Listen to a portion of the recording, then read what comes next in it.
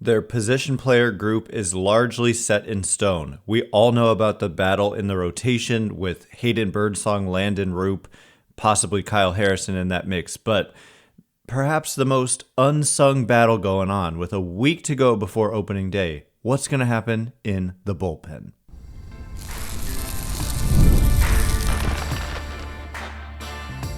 You are Locked On Giants, your daily San Francisco Giants podcast. Part of the Locked On Podcast Network, your team every day. Hello and welcome to Locked On Giants, part of the Locked On Podcast Network, where it's your team every day. My name is Ben Kasbeck, and on the show we provide daily episodes Monday through Friday, talking about the San Francisco Giants in a way that's data-driven and rational, but also simple, passionate, and accessible to all. I'm a former contributor for the baseball statistics and analysis websites Beyond the Box Score and Rotographs. I've been podcasting about the Giants since 2015, hosting this show for almost exactly 6 years, and I'm a lifelong Giants fan. Thank you for making Locked On Giants your first listen every day. We're free and available wherever you get your podcasts, including YouTube, so check us out there if you have not already, and please hit that subscribe button wherever it is that you're following the show. Today's episode is brought to you by FanDuel. Right now, new customers can get $200 in bonus bets when your first $5 bet wins. And coming up on today's show, we are going to get into one of the more unsung yet important battles that's going on with the Giants right now, and that's the composition of the bullpen. I've said twice now, this will be the third time, that I really believe that if all of us tried to guess who the pitchers that will be on the opening day roster are, I think we would not have very many successful brackets, so to speak. Speaking of March Madness, not that I was, but you know what I'm saying. There's just a lot of questions, and not to even really mention Lou Trevino, who's another guy who just popped into my head as a non-roster invitee. But you've got other guys in camp, such as Joey Lucchesi and Joel Peguero, who just won the Barney Nugent Award, and we're going to get into him later. But let's talk about Joey Lucchesi and why he could crack the Giants' opening day bullpen and why he could not, why it could go either way. Well, there's an article by Shayna Rubin of the San Francisco Chronicle that's titled "Why Giants Are So Intrigued by Newark's Joey Lucchesi and His, quote, Churve." So I know about this Churve, and so let's get into that first. So when Logan Porter, who's in camp as a non-roster invitee himself, he's a catcher, got to the Mets last year, he was informed he'd have to acquaint himself with, quote, the Churve. "What's a Churve?" he said. "Only one man throws it. You'll find out why." And he's in the San Francisco Giants camp this spring. Left-handed reliever Joey Lucchesi, a Newark native, and I'm quoting Shayna Rubin, by the way, throws the most unusual trick pitch in the game right now. And as assistant pitching coach, Garvin Alston said, it's a, quote, one of one, a unique situation, end quote. He's a solo Churve enterprise. Lucchesi, 31, developed a pitch while playing catch in 2017 when he was in the Padres system. The grip is an amalgamation, a combination of a three-finger curveball thrown like a circle change with a karate chop when I release it, he said, demonstrating with a pronounced over-the-head arm slot and a hard flick at the end. And then said Logan Porter, the catcher, "Joey gets weird takes on it. Guys know it's coming, and they still don't really know how to hit it or how to react to it." And then Bob Melvin said, "I'm not sure what it is, but it's funky and it's tough to track even if you look for it. It's definitely an acquired taste. It doesn't look like anybody's too terribly comfortable." And so Giants pitching coach JP Martinez said the pitch popped up on his radar when Lucchesi started throwing it. So he's been fascinated to see it in action. And then Martinez said Joey gets bad swings, whether it's the churve or otherwise. He's got some funk, some deception there that you can't really put your finger on, but you just don't see anybody really square him up. It's been fun to watch, and the churve has been a big part of that. So he's been working to gain velocity on his fastball. It's been at 92. He'd like to see it at 94 before the end of spring. And one scout said to Shayna Rubin, he needs better separation between that off-speed pitch and the fastball. But having one trick 'em pitch, especially in the bullpen, can really work, said the scout. And Shayna Rubin says the Giants, as they prefer, have a lot of different looks in the bullpen, with closer Ryan Walker and his crossfire delivery, submariner setup man Tyler Rogers, 6'11" Sean Jelly, hard-throwing Camilo Doval, among others. And then another scout said, from the ground to the sky to a guy who's throwing 102, that's something. And so this is possibly the most important thing I'm going to read from this entire article is this. She points out Lucchesi has May 15th and July 1st opt-outs in his split minor league, major league deal. So at some point, the Giants might need to make a decision on him or watch him go elsewhere. He primarily has been a starter, but given that pitch mix, his throwing arm, and the Giants' needs, he could be an excellent fit as a second left-hander in the bullpen. He's also got a split finger fastball to go with his two-seamer, four-seamer, and of course the churve.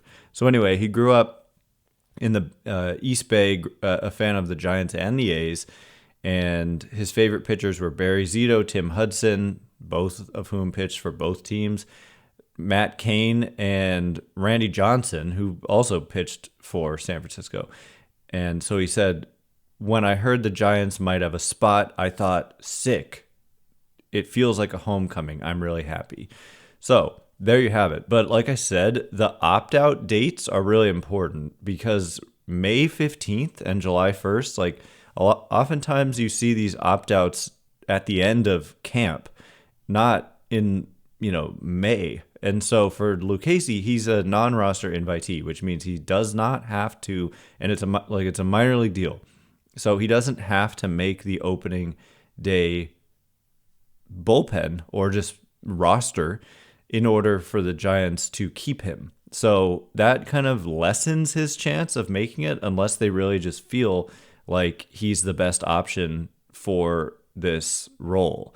So he really mostly has been a starter in his major league career, 81 games, 77 starts, and he's been about league average in those games in terms of ERA. So if he were to move to the bullpen, you would expect an uptick in performance. And I don't know, the Giants only have one lefty as of now who figures to have like a lock on a spot in the bullpen, and that's Eric Miller, who's kind of young and somewhat unproven himself, although he did have a very nice rookie season last year. So I'm not saying I don't believe in Eric Miller, but a veteran guy like Lucchesi definitely could crack that roster. The trouble is when you start adding guys who aren't currently on the 40-man to the 40-man, which is currently full, you have to DFA players or trade players to clear a spot. And so who are you going to DFA to add Lucchesi? Who are you going to trade to add Lucchesi? There are 60-day IL, like the 60-day IL is another way to add players to the 40-man roster because, if you add a 40-man guy to the 60-day IL, they have to be out for at least 60 days, but it opens up a 40-man spot. And so guys like Tom Murphy, who's getting these epidural injections in his back, like he could be a candidate to go on the 60-day IL. And perhaps Lucchesi makes the team, but I have no idea. But I just thought that was interesting. And also those opt-out dates being pushed out gives them the chance to not have him on the roster and see what he does in the minors and then use him if they need him. and if somebody gets hurt, right, and then they go on the IL, and then that's how you clear a spot, whatever. So anyway, another guy who could make the bullpen and could not, and he just won I don't want to say huge award, but he won a award that the Giants give out. More about Joel Peguero in just a minute, and before we get into it, today's episode of Locked on Giants is brought to you in part by Upwork. Scaling your business requires the right expertise at the right time. With Upwork, you can find specialized freelancers in marketing, development, design, and more. Experts ready to help you take your business to the next level. Upwork gives businesses flexibility by connecting them with top freelance talent across multiple industries, including IT, AI, web development, and marketing. Whether you need extra hands for a project or a long-term partner, Upwork makes hiring simple and affordable. If you need help with a marketing campaign, Upwork can connect you with a freelance expert who delivered incredible results. Posting a job is free and simple, and within a day, with multiple qualified candidates to choose from. Instead of hiring full-time, Upwork helps find affordable top-tier freelancers to scale businesses efficiently. Visit Upwork.com right now and post your job for free. That's UPWORK.com, Upwork.com, to connect with top talent and grow your business today. Today's episode is also brought to you in part by FanDuel. March Madness is here, and FanDuel is giving you the chance to get in on the action like never before.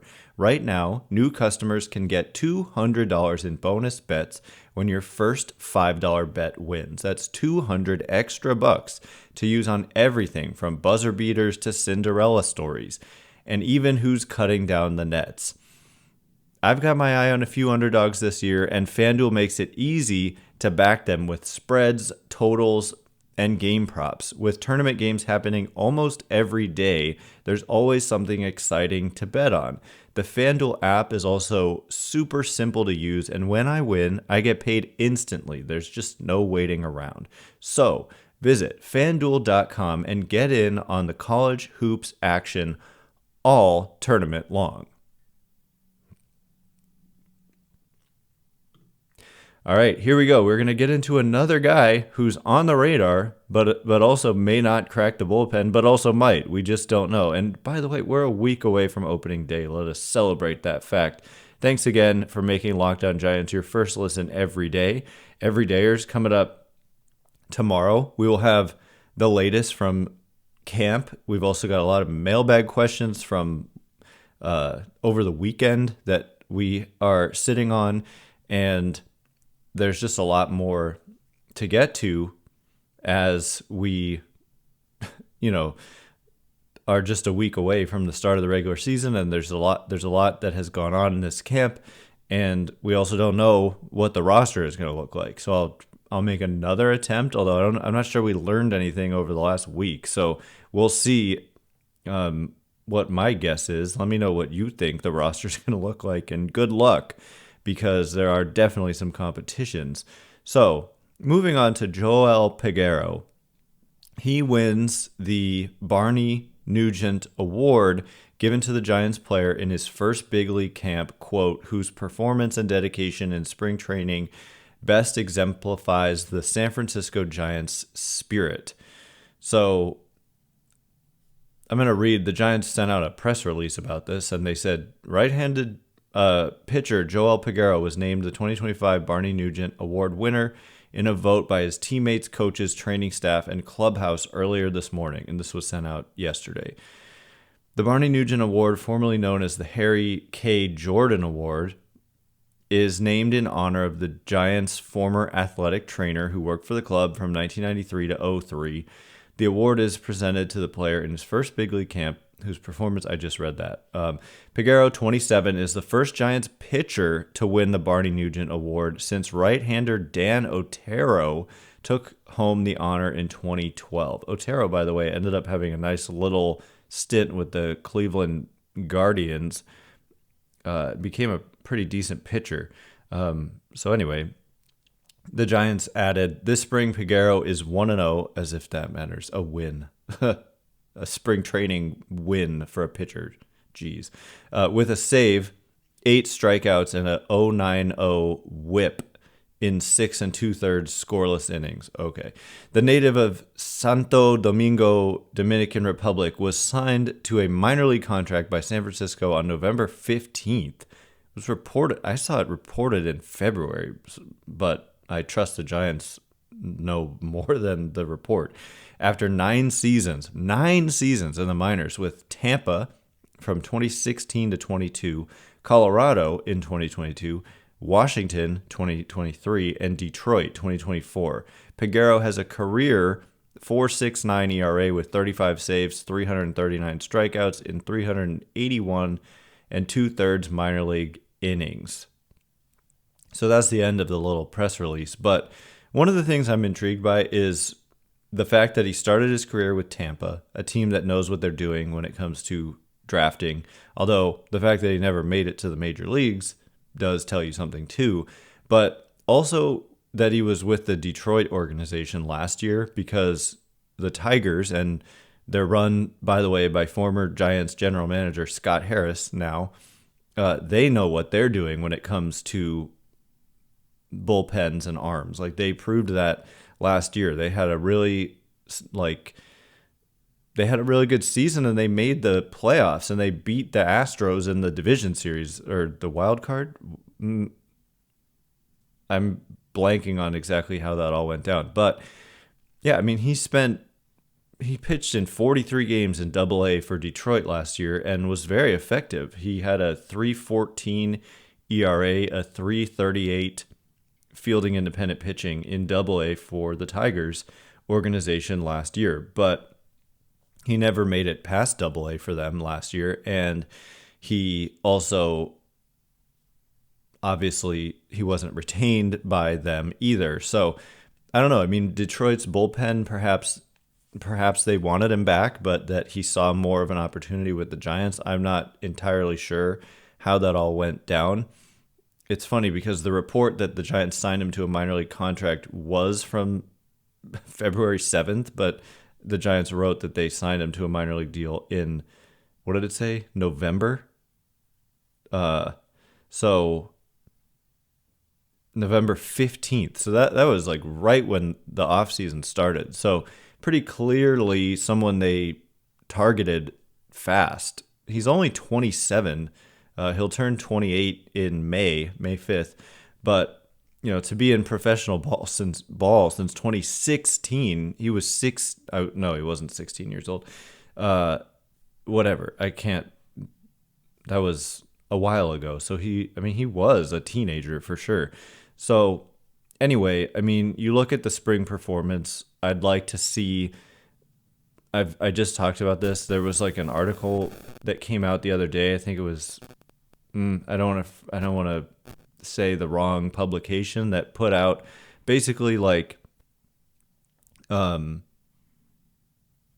statistics, results in spring training that are correlated or not correlated with regular season results. And one of the things that's just absolutely not correlated is like ERA and fielding independent pitching and stuff like that. So he's got a 0 ERA, a 1.79 fielding independent pitching, but it literally doesn't matter, because if you just look at the historical correlation between those things and then the regular season, there just is none. It's not correlated.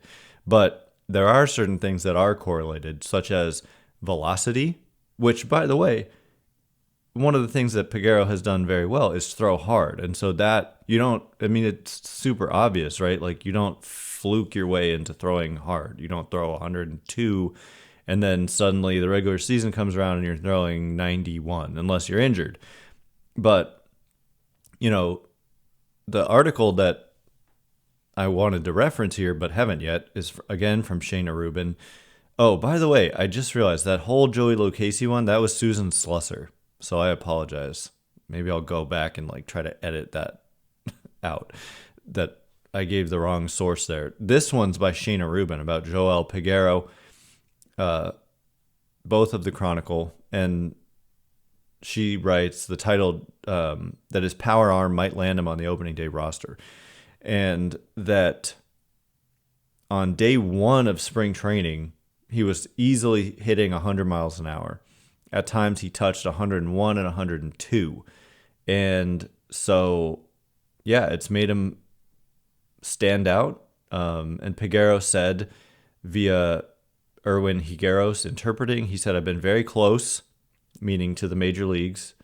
"I've been able to pitch, but I think this year with what I've been doing and the attention I've been getting and how I feel, with God's blessing, maybe this will be the year that I make my debut." I mean, my goodness, since 2016, this guy's been grinding away. So it's easy to root for a guy like this, but he's throwing 100 plus, and he's throwing a lot of strikes. 8 strikeouts, 1 walk, 6 2/3. And this is another thing that I don't really think has a lot of merit, but some guys just aren't comfortable with it, so there is something to that. But the fact that Melvin has been bringing Peguero out of the bullpen with runners on, and on Monday had him pitch an inning and a third. I'm guessing the third of the inning was to get out of the inning. I don't know. Or the point is just that he's also pitched multiple innings. And Shayna Rubin says his success with runners on could pave the way for big league opportunities. I just don't think you can read into success in 6 innings with runners on and equate that to, okay, he's going to be good at this thing that, I mean, it is a matter of some guys are not comfortable coming into an existing inning and they want a clean inning. And if he doesn't care, then great, then that is something. But Bob Melvin said coming into a game and cleaning up an inning, that's something we're taking a hard look at. When you come in throwing over 100 and your slider is sharp and you're throwing in it for chase, you're going to get some outs, and seeing what kind of composure he has with guys on base. So, yeah, I mean, if they don't have like guys right now who feel comfortable with that, then that is something to consider, because you do need that at times. When a reliever is not doing well and you got to take him out, you need certain players on your staff who can come in and feel comfortable coming into an existing inning. But,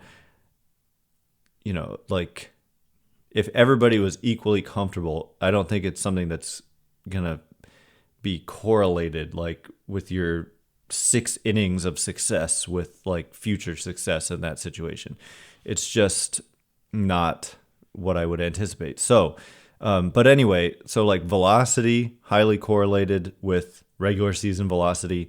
And then there are like pitch characteristics. Like, so if we had the data, which the Giants do, on the characteristics of the pitch, like things like, this is advanced level kind of stuff, induced vertical break, which is like, you've probably heard like players who have really high spin 4-seam fastballs, they get that carry on it that makes it look like it's kind of hopping, gives it like a hop. Justin Verlander, famously a guy who's had that in his career.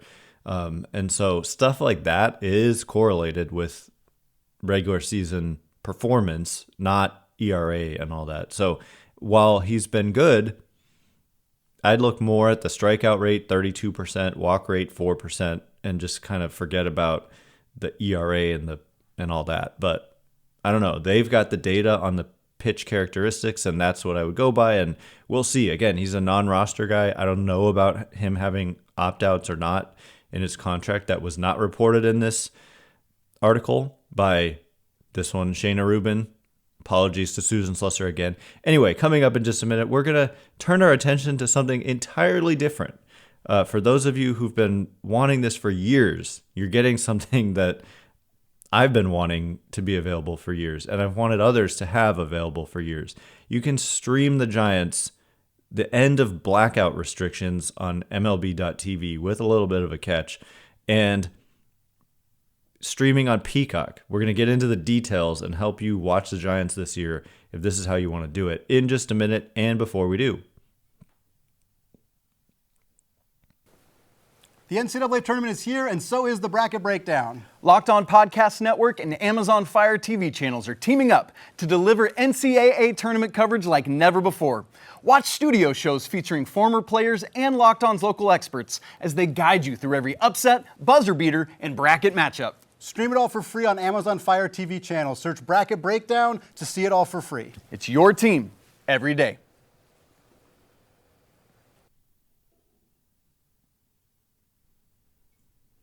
All right, here we go. We are going to get into new ways that you can watch the Giants. It's kind of a big deal that this is finally happening because for the longest time, I know it's been an issue for a lot of people, and I understand why.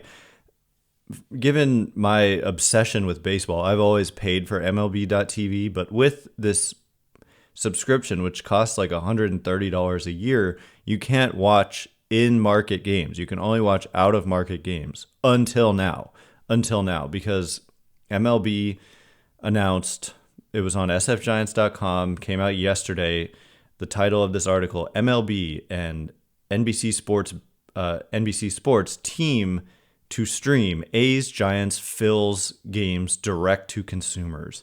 So they say Major League Baseball and NBC Sports regional networks announced a new partnership today to stream games direct to consumers for 3 MLB clubs: Athletics, who cares? Well, maybe you care, NBC Sports California, Giants, NBC Sports Bay Area, and Phillies, NBC Sports Philadelphia, through MLB.tv during the 2025 season. Fans in the club's home territories can now watch the network's game coverage live and on demand with live pre- and post-game shows through the league's streaming service, which is now entering its 23rd season.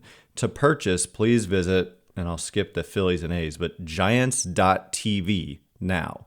And then with the completion of this agreement, 26 of the 30 MLB clubs now have a DTC, direct-to-consumer, streaming option available in-market, which effectively eliminates local blackouts for their fans. Games appearing on one of MLB's national partners' platforms will not be available on MLB.tv. So if the game's on like ESPN or Apple or something else, you won't be able to watch it on this. But all the games that you had the same problem before. If you subscribe or had a service that had NBC Sports Bay Area, you couldn't watch these games on those platforms before either. So, so the packages for the A's and Giants will be available for a monthly cost of $19.99 and can be bundled with MLB.tv's out-of-market games for $39.99 a month. So, and the Phillies one costs like $5 more. So good for us. So for $20 a month, you can watch the Giants on giants.tv. And for $40 a month, you can watch every game that's not nationally televised on some other network besides the team's local networks. So there's a quote here from MLB Deputy Commissioner of Business and Media, who says, "We're excited to partner with NBC to continue increasing the reach of MLB games to our fans. We have been hard at work with our clubs and regional sports networks to address one of the top issues that baseball fans have had for years, which has been blackouts. Our agreement with NBC marks an important step in that effort as we now have nearly 90% of the league with a direct-to-consumer streaming option available in their market." So, just quickly, there's also an option through Peacock, and this came out from NBCSportsBayArea.com, which Peacock is part of the NBC kind of umbrella. And what they said is the title of this article by Mike Gavin, published March 18th. So these published back-to-back days. This one says, Warriors-Giants games now available on Peacock with NBC Sports Bay Area add-on subscription. And the little subtitle, Peacock Premium and Peacock and Premium Plus users can now watch in-market streams of live Golden State Warriors and San Francisco Giants games as part of a monthly add-on subscription. So the article says Steph Curry's next heat check can now be watched live on Peacock. The streamer is now offering in-market streaming of NBC Sports Bay Area, a regional sports network that includes live Golden State Warriors and San Francisco Giants games and other local sports programming through add-on subscriptions to Peacock Premium and Premium Plus plans. In-market blackouts may apply to certain teams' games, including blackouts of all games for certain teams in particular zip codes. I'm not exactly sure what that means. Based on user location consistent with television availability and league policies. Okay, I'm not entirely sure what that means. The network stream will be available around the clock to users within its television territory. So it sounds like here in the Bay Area via an add-on subscription priced at $17.95 per month. So lower price. Although you have to also have, like it was saying, you have to have Peacock Premium or Premium Plus, which is additional cost. So the bonus here is that you also get to watch the Warriors in addition to the Giants with this. And so, yeah, I mean, this is a huge deal that you can do this. Notably, you can't watch the A's or Sharks with this, but you could if you do another package that includes the A's and Sharks. So those are on NBC Sports California, and that's $17.95 a month, same price. And on there you can watch the Kings, Sharks, and A's. And also it's available to Peacock Premium and Premium Plus users. So you'd have to pay an extra like $18 a month to get those teams, those three teams. So unfortunate if you're like a Giants, Warriors, and Sharks fan, which I think there's a lot of those because there's not like there's multiple hockey teams in the Bay Area. It's just the Sharks. So there is that. But nevertheless, okay, at the very end here, it does say Peacock's in-market streaming add-on subscriptions for NBC's regional sports markets are also available. Excuse me. I was thinking it was going to say the price of the Peacock Plus and Peacock Premium. I believe those are like $7.99 a month on the low end. And so it would be like, I think, just check it out for yourself, but like $7.99 plus $18. So, $26 a month, and you can get the Warriors too. And so these are just a couple of new options that I definitely wanted to mention.